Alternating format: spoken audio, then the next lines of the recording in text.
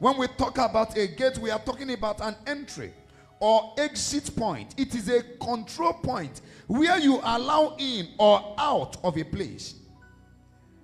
It's a point of access, a place where decisions, deliberations are made. A gate is therefore a very key place to destiny.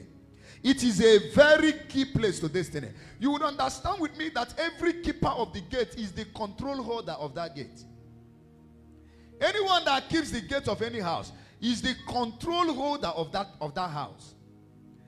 In the realms of the physical, gatemen are seen as people that are despised. But in the spiritual realm, gatekeepers are the most of the honorable men. Set watchmen upon your walls, O ye Jerusalem, who will not give me rest. Let him that mention the name of the Lord not give me rest until I establish Jerusalem and makes her a praise on earth.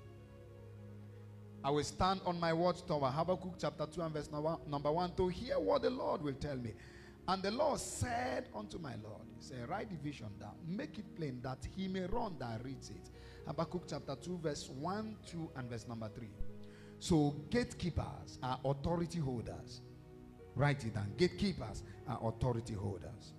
Gatekeepers are authority holders. So possessing the gate of our enemies is a spiritual cue. Yes, it's a spiritual cue. It is a military term meaning to overthrow. Yes. John chapter 10 verse number 10, the thief cometh only but to steal, to kill, and to destroy. But I am come that you may have life, and have life more abundantly. Matthew 11 and verse number 12. Matthew 11 and verse number 12. Quickly. Matthew 11, 12. He said, from the days of John the Baptist until now, the kingdom of heaven suffers violence, and then the violent taketh it by force. The violent taketh it by force. So possessing the gates of your enemies is a spiritual cue attack. Is a spiritual cue. It involves strategies, spiritual strategies.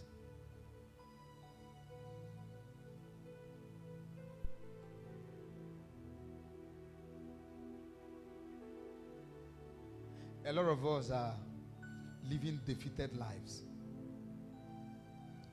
Lives that have been offered up to defeat. So every day of our lives, we live a life of struggle. Our families go through certain things. A life of impoverishment and sicknesses. Watch it critically. Something has laid hold of the gates of your life. Gates are access points. Gates are control towers. Anything that has taken over the gate of your family can dictate what happens, because decisions are made at the gate. That's why every nation, the border of every nation, is often the strongest point. Don't talk about Nigeria. Nigeria is not a nation, as you know. No, it's not a nation. Nationality, we have to write Nigeria. Nigeria is the only nation that their past is better than their present. The only nation in the whole world that 1986 is sweeter than now.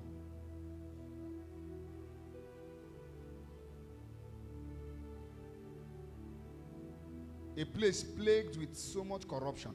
You have the richest here and you have the poorest here. There is no balance. A place plagued with disparities. So we are only praying to the Lord to do his will in this nation. A place where 3 million people rule 200 million people. 3 million people rule 200 million people.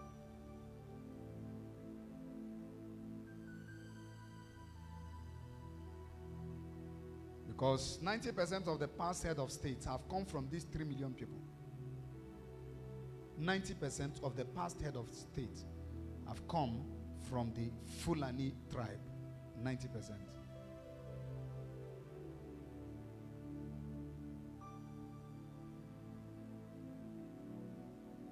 Over 70% of the revenue of the nation goes to the north, and yet it seems like that place is the most impoverished, the poorest.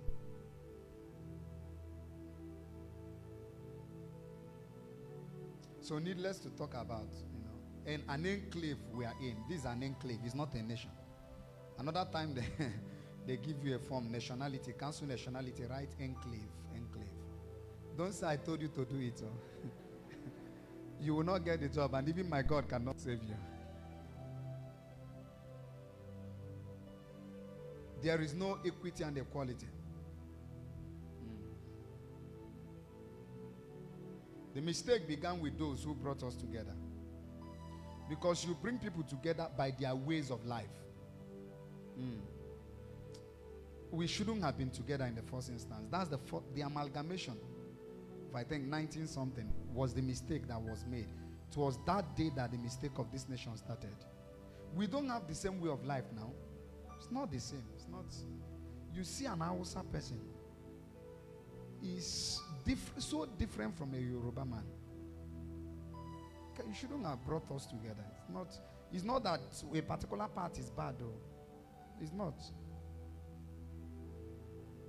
They would have joined certain people with Niger and Gabon,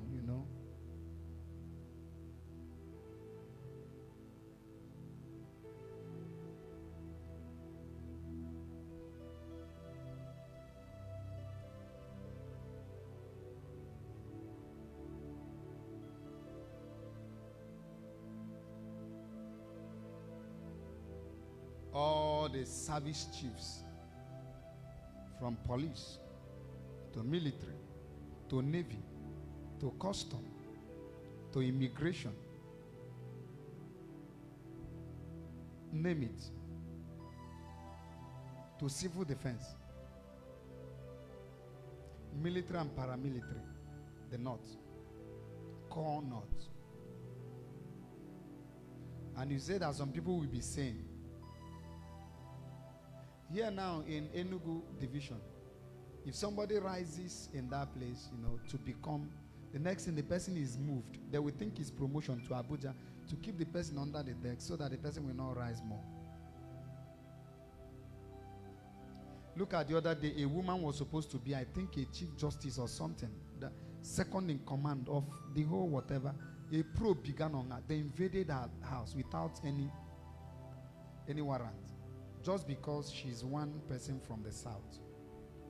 Okay, so what brought us here, we said in every nation their border is strong, and then we started talking about the enclave where we are. called Nigeria. But the will of God will prevail. And I don't even know what the will is. We are just praying for his will.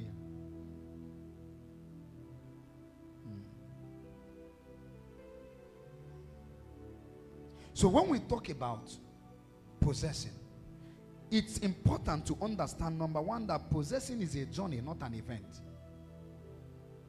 Possessing. Possessing is a journey. It's not an event. It's not a one-time thing. I am here tonight, I will possess the gate of my enemies, and you end. It's something you continually continue doing. Possession is what you do today, what you do tomorrow, what you keep doing. So possession is something to possess. To possess the gates of your enemies is something you must continually keep doing. Something you must continually keep doing. Something you must at all time continually keep doing. You don't do it today and leave tomorrow. That's why you don't pray today and leave tomorrow out. You must continually sow yourself as a seed